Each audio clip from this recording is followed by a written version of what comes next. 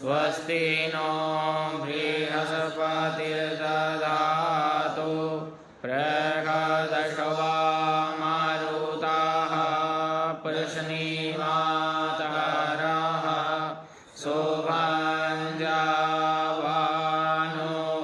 विदधेर्जिह्वा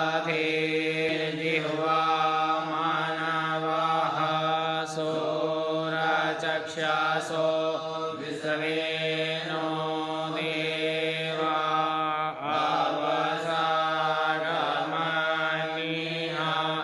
भद्रं कर्णेभिर्गर्भाभ्यां नमः। ॐ श्रीपुरन्दराभ्यां नमः। ॐ मातृपितृचरणकमलेभ्यो नमः। ॐ इष्टदेवताभ्यो नमः। ॐ कुलदेवताभ्यो नमः। ॐ ग्रामदेवताभ्यो नमः। ॐ स्थानदेवताभ्यो नमः।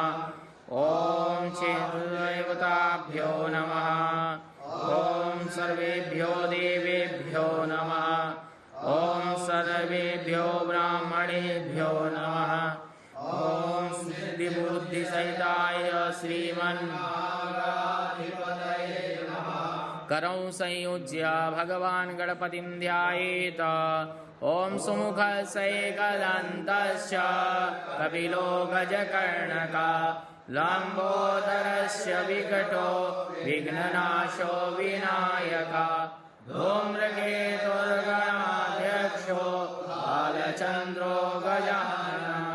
द्वादशैतानि नामानि यः पठे शृणुयादपि पूजारम्भे विवाहे च प्रवेशे निर्गमे तथा संग्रामे संकटे चैव